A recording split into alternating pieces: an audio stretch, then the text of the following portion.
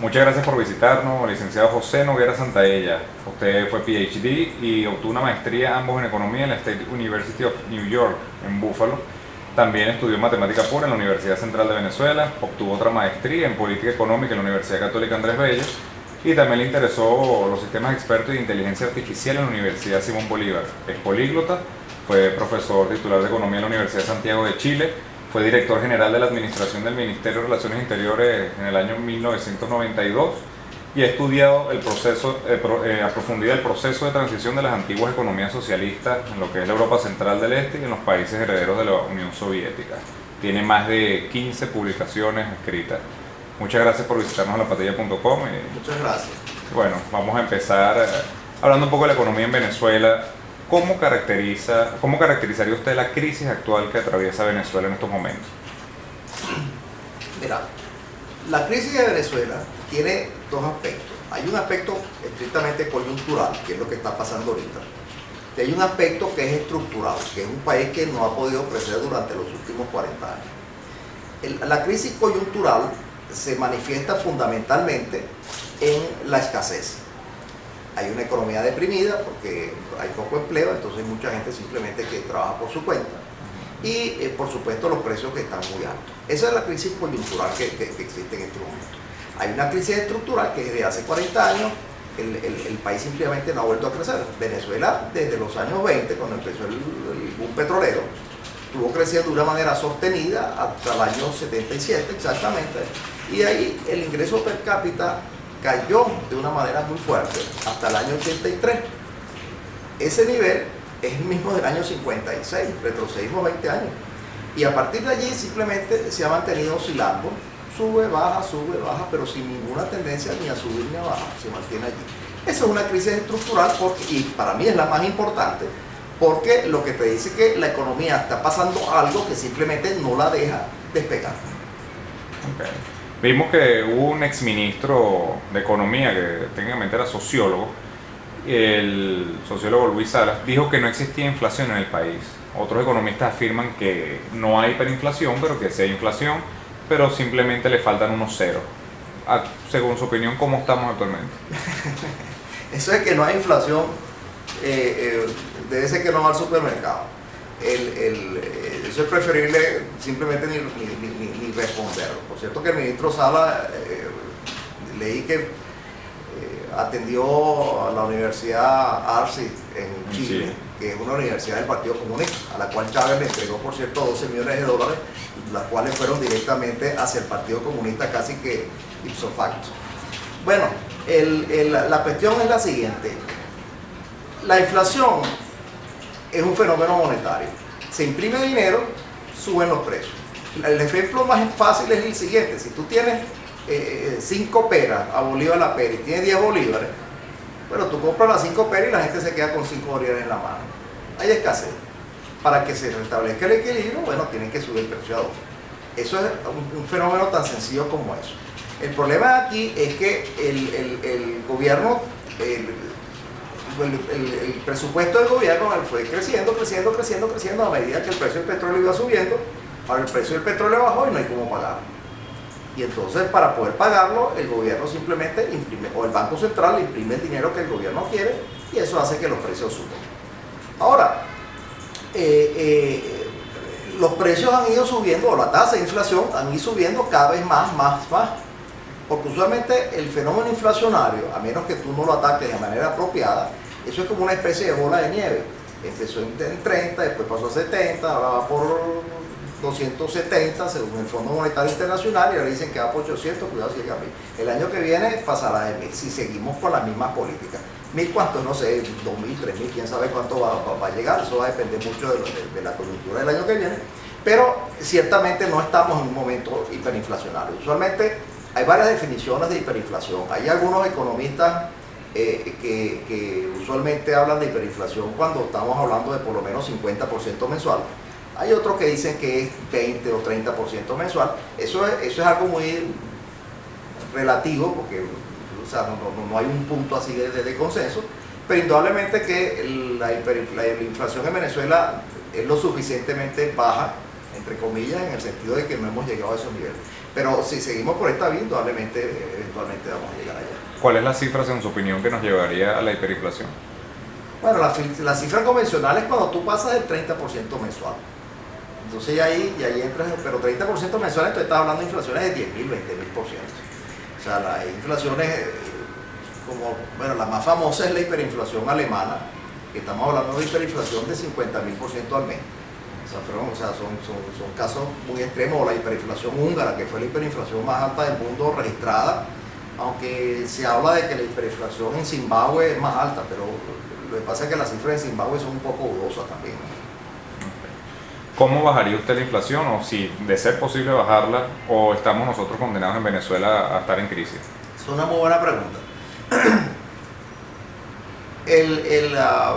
Usualmente el mensaje, hay una especie de mensaje subliminal, por decirlo en cierta forma, que se dice que, ok, la causa de la inflación es que se imprime mucho dinero. Y ciertamente eso es así. Pero eso sugiere aparentemente que nada más cortando el chorro de dinero tú acabas con la inflación, y eso no es verdad. Tú cortas la cantidad de dinero, el crecimiento de dinero de un solo golpe, y lo que vas a provocar es una recesión. Esa fue la vía que han adoptado países como, por ejemplo, Ronald Reagan lo hizo en su momento, y otros países lo han adoptado. Pasaría por un proceso parecido a lo que está pasando en España ahorita, que está pasando por una recesión larga y tortuosa. Los países que han tenido éxito en controlar la inflación sin tener que pasar por un periodo de recesión, han adoptado esquemas, básicamente han adoptado un esquema que se ha dado por llamar inflation targeting, que en inglés, en español lo traducen como objetivo de inflación o metas de inflación. Ese tipo de esquema lo que hace fundamentalmente es que, como el problema de la inflación es la inercia, eso es lo importante es saber de cómo funciona la inflación. El problema de la inflación es la inercia. Suben los precios, entonces suben los salarios, lo que hace que suban los precios otra vez, y para que no haya una recesión, el gobierno imprime dinero, que a su vez hace que suban los precios y suban los salarios, y así entras en esa bola de nieve. Entonces, eso es lo que es la inercia, que hace que sea difícil vencer la inflación. Y la gente sube los precios, los salarios, lo que sea, basado en sus expectativas. Y las expectativas las formulan en base a la información que tiene. Entonces, en vez de formular en base a la información que tenga, en un régimen de este tipo, un esquema de este tipo, el gobierno lo que hace es que el gobierno anuncia cuál va a ser la inflación. Digo, la inflación va a ser 50%. Entonces la gente se ajusta de acuerdo a ese nivel de inflación. Y la va pulsando hacia abajo. La va pulsando hacia abajo, la va pulsando hacia abajo. Eso se ha implementado con mucho éxito. Se implementó, por ejemplo, en Chile, que la bajaron como de 32%. En Israel, que tuvo una hiperinflación de más de 1000%, y una inflación de más de 1000% la llevaron al 2-3%. Ahora, en ese esquema hay un componente importante, que es la credibilidad. O sea, que si yo te digo, la inflación va a ser 50%, tú tienes que creerme, si no, simplemente no adaptas tus expectativas. Entonces, la pregunta es cómo genero yo credibilidad. Y la forma mágica para generar la credibilidad se sostiene sobre 3 patas. La primera pata es información. Tú tienes que, si yo te quiero convencer, yo te tengo que dar toda la información que tú necesites. Revísame los bolsillos si necesites, pero aquí está la información. Y la información no es nada más la cifra, son cifras, son los modelos matemáticos que tú usas, las decisiones que tú tomas, las discusiones que se hacen. En el Banco Central de Inglaterra, por ejemplo, el Banco de Inglaterra, que es el Banco Central en el Reino Unido, las reuniones del directorio son publicadas. El directorio se reúne, dicen qué es lo que van a hacer, y bueno, y eso se publica posteriormente, y bueno, a los 3 días se publica, y bueno, la gente ve qué es lo que hace. Hasta ese tipo llega la información. Pero para que esa información sea creíble, tiene que ocurrir una cosa adicional. Tiene que ser transparente. No puede ser que yo te diga, mira, 50%, y resulta ser que no te soporto, o no sé de dónde tú sacas esa información. No, tiene que ser todo muy transparente, muy transparente. Y esa es la segunda pata, y la tercera pata es que tú tienes que rendir cuenta. Alcanzamos esto, logramos esto, ¿cómo lo vamos a revisar? ¿Cómo lo vamos a acomodar? etcétera, etcétera, y después sigue el proceso, sigue el proceso, porque no necesariamente los objetivos que tú te planteas los logras, o sea, a veces te planteas un objetivo y bueno, trates de lograrlo, pero si no los logras, tú tienes que decirle al público de alguna forma por qué no se logró.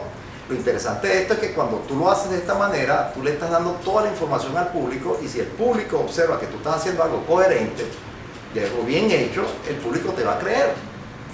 Y entonces, de esa forma, se ha logrado mantener la inflación.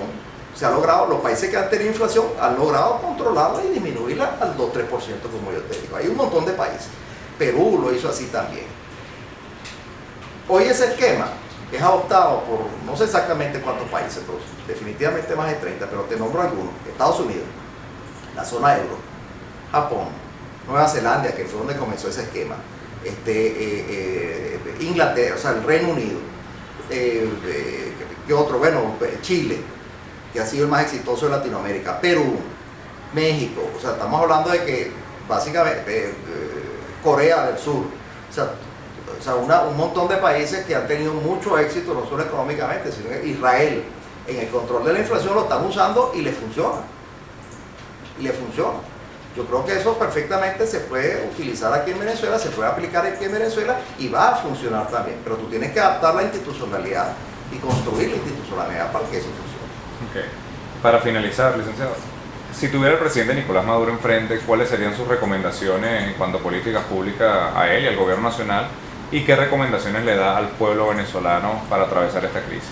Mira, más que al presidente Maduro, yo le hago una recomendación al país.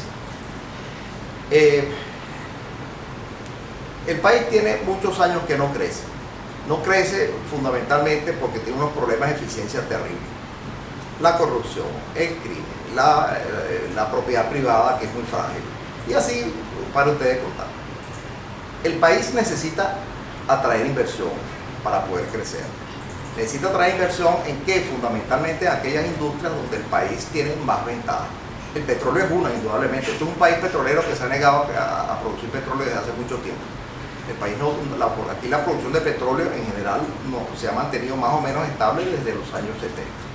Este es un país donde tiene unas grandes ventajas comparativas en áreas como la petroquímica. La petroquímica es estatal y tiene 40 años dando pérdidas siendo subsidiada por PDVSA. ¿Por qué no le das participación a otros que a lo mejor la pueden hacer crecer? Son cosas de este tipo. Tú tienes que controlar la tasa de inflación. Definitivamente tienes que controlar la tasa de inflación. Eso se puede hacer de la forma como yo te dije que se ha hecho en otros países y de la forma que se está haciendo en otros países. O sea, es una cuestión de la educación. La educación es lo más importante. ¿Tú sabes por qué? La gente habla, por ejemplo, del modelo asiático. Que el modelo asiático, que ellos exportan y ellos hacen esto y protegen su industria. Entonces, basado en esas ideas, tú dices, bueno, Japón, por ejemplo, desarrolla la industria del acero, después la industria de los automóviles, después la industria electrónica. Pero ninguna de esas industrias la puedes tú desarrollar si no tienes un componente vital, capital humano, gente que sepa. Y esa es la clave de todo el desarrollo. Mira, en el ranking Shanghai no hay ninguna universidad venezolana, donde están las 500 universidades más importantes, que las ranquean las 500 universidades mejor, según ellos, las 500 universidades mejores del mundo. No hay ninguna universidad venezolana y hay unas pocas latinoamericanas. Hay alguna chilena o alguna mexicana y otra que no me acuerdo dónde. Cuando tú ves los rankings, por ejemplo, de América Economía, de las escuelas de negocio, el IESA aparece por ahí como de 20. Cuando tú ves las universidades como universidades, no aparece ninguna en las primeras 30. Entonces tú dices, bueno, pero ¿cómo es eso? O sea, tenemos un problema serio en la universidad. Yo hace poco fui a mi universidad, esta semana, a mi alma mater, tenía muchísimos años que no iba para allá. Y mi sorpresa es que yo la universidad que viví fue la misma universidad que yo dejé hace 30 años. O sea, no ha cambiado, no ha progresado, no ha cambiado. Eso tiene que cambiar. Y eso es un reflejo de cómo está todo el sistema de educación en Venezuela. Y el componente de factor humano es muy importante porque hay un principio básico que básicamente se acepta en todos los teóricos y la gente que hace economía empírica lo aceptan. Y es que la porción del ingreso que va al salario es aquella porción, es igual al aporte que hace el capital humano a la producción. Si el capital humano no aporta, y si el hombre no aporta, pues gana poco. Si tenemos una sociedad de campesinos y analfabetos, entonces bueno, pues nos dan alguito. Y el dueño de la hacienda se queda con todo, o con la mayor parte. Pero si en vez de tenemos una economía así, tenemos empresas como Google, en Google el trabajo, el aporte grande lo hacen los trabajadores, que son los que piensan y desarrollan el software y todo ese poco de cosas sofisticadas de alta tecnología, y entonces ganan muchísima plata, y el salario y la porción del salario se va, del ingreso que va al salario es altísima. En los Estados Unidos o en Alemania eso anda alrededor del 70%. En el resto de Latinoamérica eso anda por el 50%. En Venezuela, yo saqué la cuenta en base a las estadísticas del Banco Central de Venezuela para el año 2012, que fue la última vez que la publicaron, y es el 25%. Entonces imagínense usted en qué situación está el desarrollo de la industria en Venezuela, y el aporte que le hace el capital humano a la producción es ínfimo.